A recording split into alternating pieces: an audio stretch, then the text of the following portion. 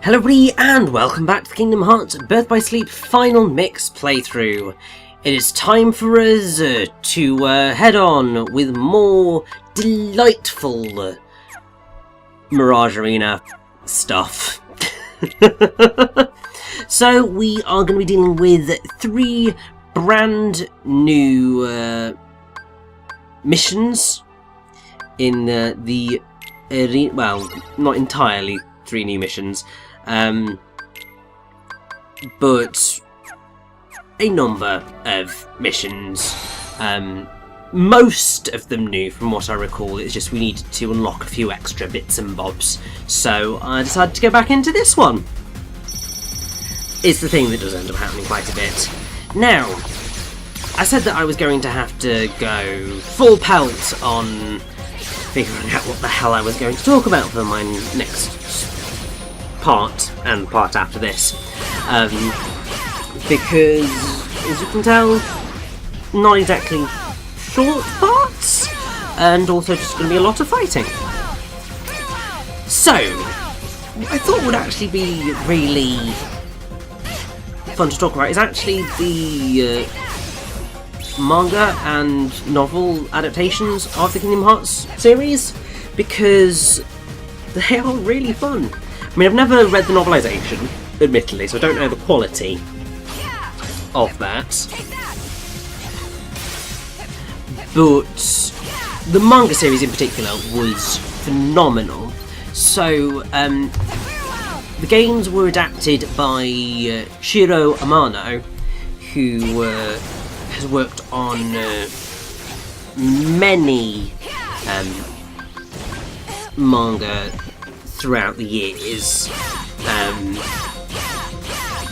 but I think the one that he's most known for and most popular for is his Kingdom Hearts mangas, and they were fantastic adaptations of the games. Like, they really captured the fun lightheartedness, but also the seriousness, and they went into some really interesting places in terms of some of the more complex themes of the series.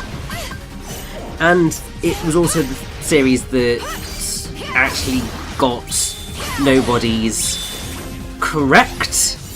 Like, in Kingdom Hearts 2 and pretty much all appearances of Nobody's up until Dream Drop Distance, there was always the whole thing of, oh, they don't have a heart. But then Dream Drop Distance comes along and says, oh no, they did actually have hearts, because you can't have a thing without a heart, which creates a heart. And that was just like, I'm sorry, what? Whereas in the manga, it's basically stated that they do have hearts, they're just sort of a bit more emotionless, and so on and so forth. Which is ultimately then what ends up happening in the series, main game series, which is fascinating. But yes, so the manga, so you had the original Kingdom Hearts, and then they did a Kingdom Hearts Final Mix version, which I think added in a few extra chapters. It was, so the original was released in 4 volumes and localised in English by Tokyo Pop. And unlike the rest of the series, it's read from left to right rather than the traditional right to left for manga, and that was because it was serialised in the gaming magazine Famitsu PS2 rather than the comic magazine Gekkan Shonen Gangan. And the final mix version of the manga was later localised overseas and consolidated into 2 volumes from its initial 3 volumes. Then you have the Chain of Memories manga. There were initially 2 volumes, and so basically, one covered Sora's story, one covered Riku's story, and was localised in English by Tokyo Pop, and then later compiled into one deluxe-sized volume with a new translation by Yen Press. It does have a much lighter tone to the game itself, but from what I recall, it matched that same shtick as the rest of the Kingdom Hearts mangas, of being just the right tone, I felt, for a visual novel, graphic novels rendering of the story. You then got the Kingdom Hearts 2 manga, which, oh my word, the release of this thing was ridiculous. So it was released in 5 volumes and then discontinued. First 2 volumes were localised in English by Tokyo Pop, while all 5 were localised in Germany by Egmont Manga and Anime. The 6th volume was slated to be released in 2012 in Germany, but was not published. However, Shiromano stated that he planned to resume serialisation of Kingdom Hearts 2 after he had finished the other manga series. Ultimately, I do believe that he did reach the end of the series, but the English release of it was just ridiculous, because they did it, so I think there were 10 volumes in the end of the Kingdom Hearts 2 manga. And it is ultimately more serious than Chain of Memories, but still has humorous scenes and, as I said, matches Kingdom Hearts series in general. But yeah, the Western translated releases were just ridiculous. So the first big volume got released, and it seemed like it was going to kind of come out relatively quickly all after that. But it didn't, and it seemed like it took forever, and then I believe that a second volume came out, and then nothing happened again for absolutely ages.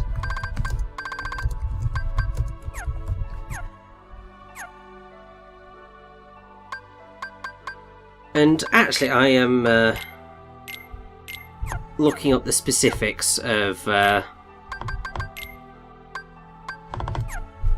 what actually happened, because it was just an absolute mess.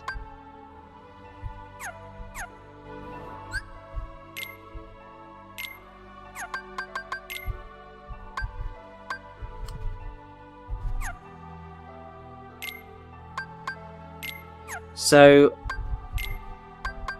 actually it seems like there were 4 okay. Now I see what happened. So, there were 2 versions, 2 volumes by Tokyo Pop. I think they then lost the rights to publish it, so then Yen Press picked it up. They then released 4 volumes of the series, covering its entirety and actually finally finishing it. But just the whole thing was like, the weight between the volumes was stupid. So Volume 1 at the Tokyo Pop was released in 2007, so pretty much in line with the original game, and then Volume 2 came out in 2008. Then Yen Press version didn't, like the first volume didn't come out until 2013, and then Volume 2 came out pretty soon after, so Volume 1 came out July, Volume 2 came out in August, nice. Volume 3 didn't come out until December 2014, and then Volume 4 didn't come out until May 2017. I don't know if I have that volume actually. I'm gonna have to go and do a little bit of hunting through my collection, because it was one of the things that always frustrated me, was just the release schedule of it was ludicrous. It was like, I just want my manga because it's excellent and I'm loving it and I want to enjoy more of it. And yeah, it's just a mess. And then pretty much once Kingdom Hearts 2 was finished, Shiro Amano said that he wasn't going to do any more of the Kingdom Hearts games, which meant that Birth by Sleep, Coded, and Dream Drop Distance never got any coverage. And I think they all would have been quite interesting to see. I mean, also, you know, doing, when it eventually happens, Kingdom Hearts 3, like, my god, that would be amazing. But nope, 'tis not to be. But yes, then we have the Kingdom Hearts 3 for 8 of 2 Days manga, which there's a grand total of 5 volumes for that one, and they were all localised pretty consistently. That was all delightful. So it was really just the Kingdom Hearts 2 manga that was just an absolute just mess. It was ridiculous. That said, there were and are novel adaptations of the Kingdom Hearts games, and they've been pretty much consistently being released. So they were initially exclusive to Japan until Yen Press began to localise them from 2015 onwards. They're all written by Tomoko Kanamaki, and the covers have all been illustrated by Shiro Amano, so he's still doing, you know, Kingdom Hearts art, but no full mangas. So the original Kingdom Hearts game was told over the course of 2 novels in Japan, and then I believe that they must have just condensed it into 1 book for Western release. So the volumes, first and last, came out in 2005 in Japan, and then 2014-ish for the UK as 1 volume. Tender Memories came out in 3 volumes in Japan in 2005, so that was Sora's volume first, Sora's volume last, and then in 2006 they brought out Reverse Riku's volume, and then in 2015 all 3 were combined into the English adaptation. Kingdom Hearts 2, the Japanese, was released in 4 volumes, which came out 2006 for 3 of them, and then 2007 for the last one, and that was Roxas 7 Days, The Destruction of Hollow Bastion, Tears of Nobody, and then Anthem, Meet Again, Axel Last Stand. And then, I think because it was so big, Kingdom Hearts 2, the novel, was published in 2 volumes as an omnibus edition in 2017. So the fact that they had to do 2 volumes of that is insane. You then have the Kingdom Hearts 3 for 8 of 2 Days novels, which were released in 3 volumes, the volumes being 14th, Go to the Sea, and Shion 7 Days, which came out... what did you say here? But in 2016, Yen Press that they'd licensed them and released them as a 1-volume omnibus. I don't know whether they actually have done that yet or not, different kettle of fish, but it's all okay. There was then the Birth by Sleep novels. They were released in 3 volumes, which were Something Strange, Best Friends Into the Future. You then have Coded, of which there was only 1 volume, which, like, seriously, that is all there is to the story of Coded. 1 volume is more than enough. And then last but not least, you have Kingdom Hearts 3D Dream Drop Distance novels. There were 2 volumes. You had Side Sora and Side Riku, which they initially came out in 2012. There were also some short stories from the novel series. So you had, I think in volume 1 it would appear Kingdom Hearts 2 you had Other Diamonds, and in volume 2 you had Axel 7 Days. There's also apparently another short story which was Somewhere in Time, which was released along with the Kingdom Hearts 2 Final Mix in the Kingdom Hearts Another Report pre-order bonus book. Words are just failing me right there. Oh well, it's okay.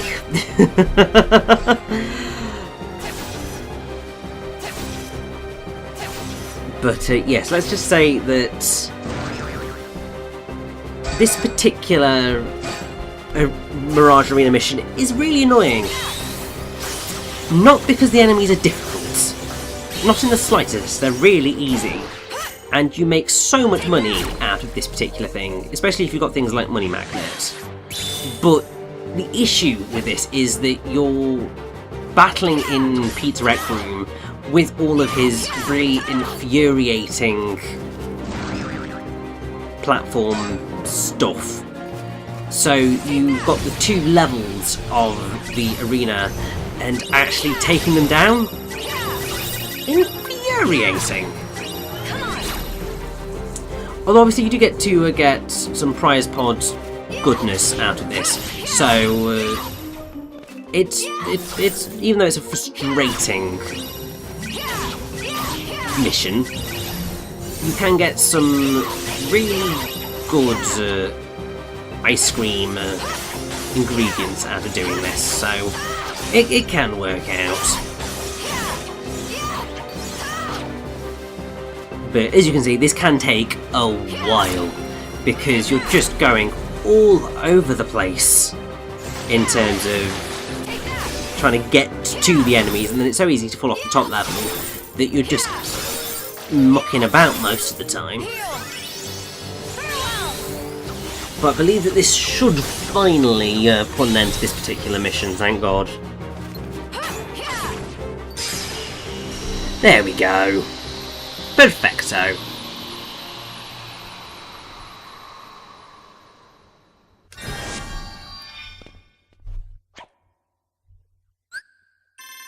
And I think we got more than enough money there. Good lord. And I believe with that we should have unlocked, or it might have been after a bit more levelling up, but yeah, we've unlocked another mission, which is Copycat Crisis, which takes place in the land of departure and is quite fun. And I will say that it does have a somewhat challenging boss at the end of it. As I said, not the most challenging boss in the Mirage Arena, but they do, as you would hope and expect, go up in difficulty as you go along.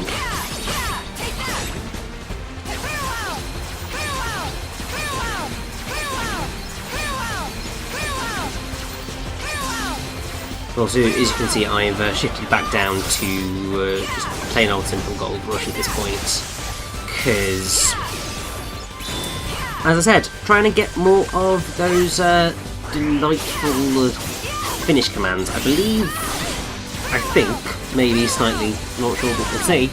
The next one I might be going for might be Twisted Hours, I feel. That sounds, I know that's definitely one of them, but I can't remember exactly where on the finish command map it turns up. Doesn't really matter either way, so as long as we're murdering Undurst and having a delightful time, I am okay with whatever turn of events happens. Apart from that many balloon guys, because I can't quite deal with that.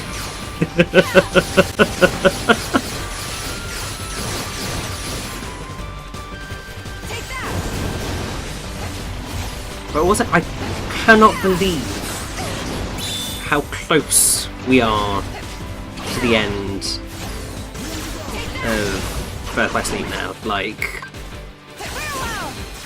this thing ends at part 60.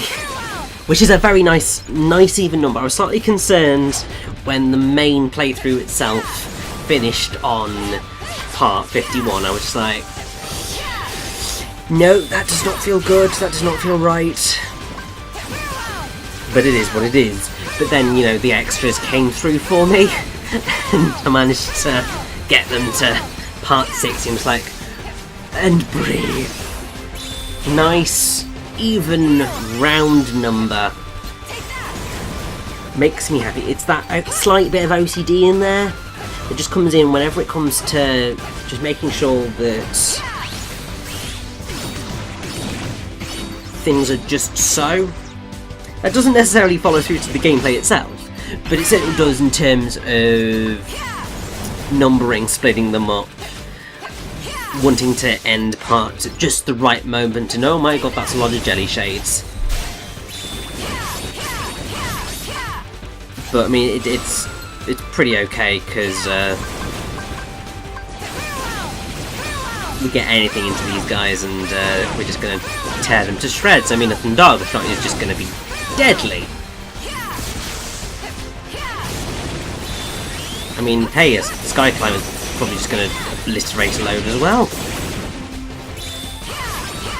Although there's still quite a number of them. I thought more of them would have died by this point. It's probably because I'm not thinning them out, so hey, I was actually right with saying Twisted Hours. Nice! I will take that.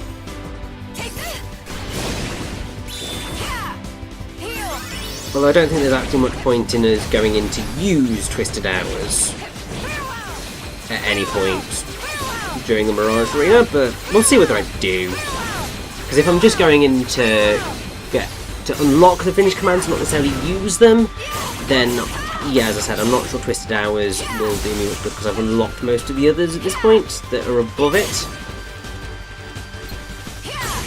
I think probably one of the only ones I haven't. I don't think I've unlocked Heal Strike for Aqua.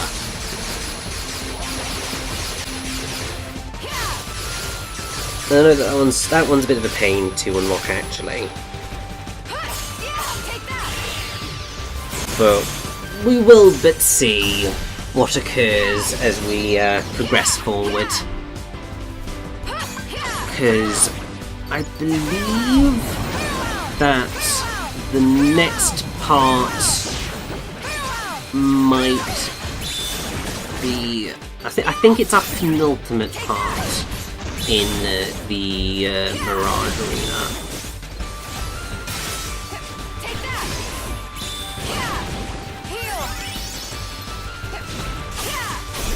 Well, yeah, so the part you're going to see on Friday of this week, if you're watching it as these parts go up, is the penultimate Mirage Arena part. The part that then begins the final week of the game is the last Mirage Arena part.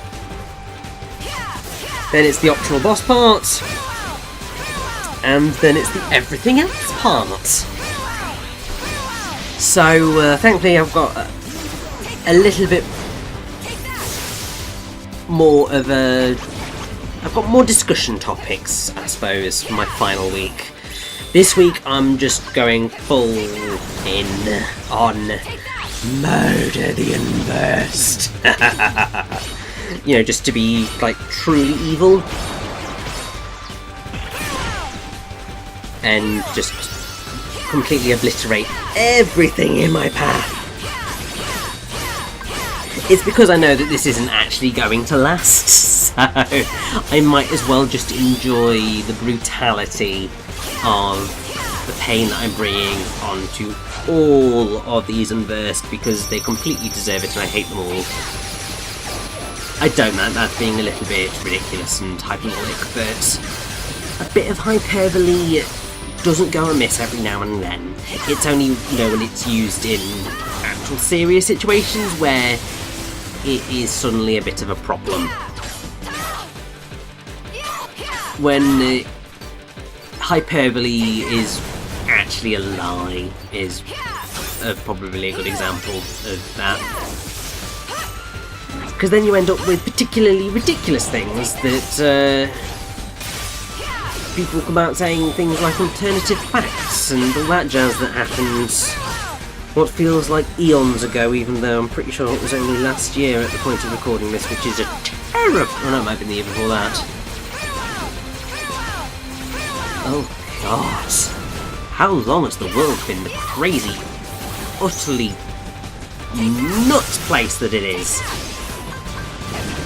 Because I feel like it's been just off its face for far too long. I mean, I suppose, yeah, it's been about 2 years at recording of this particular playthrough, because that was around the time that we Brits made a really stupid decision. There we go! These things happen, and also really I should not be bringing politics into random Mirage Arena battles towards the end of a video game playthrough, because I mean, why? But anyway, it is time to take on this fella. We have faced a version of him before in the Mirage Arena, but this is the Mimic Master, and he's not that difficult, but he's going to put up more of a fight than I believe most of the other bosses have done up to this point. I mean, basically what you want to do is you just want to try and kill him as quickly as possible, because he has some moves which are just infuriating. I mean, that being one of them, where he just completely blocks your view, because then you struggle to see what's actually going on and you can't effectively block or dodge out of the way. He also has a move which he's going to pull off, which is going to come very shortly, where he yeah, here we go. It's where he creates all of these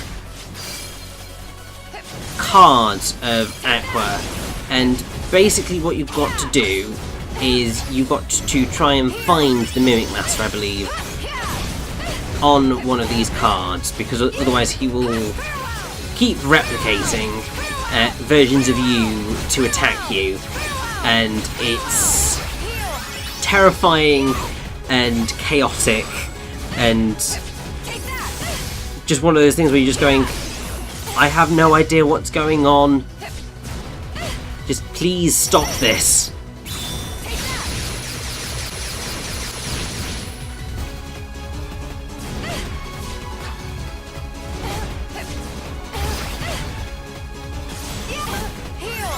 It might also be that, you know, you just have to defeat all of the cards before he will actually come out to play, but either way, it can be a rather frustrating bit of the battle. But yeah, he is so close to death that really, after he's respawned, he does not stand a chance. And there we go, that is another round of the Mirage Arena done. Time to move on to the penultimate batch. Let's go.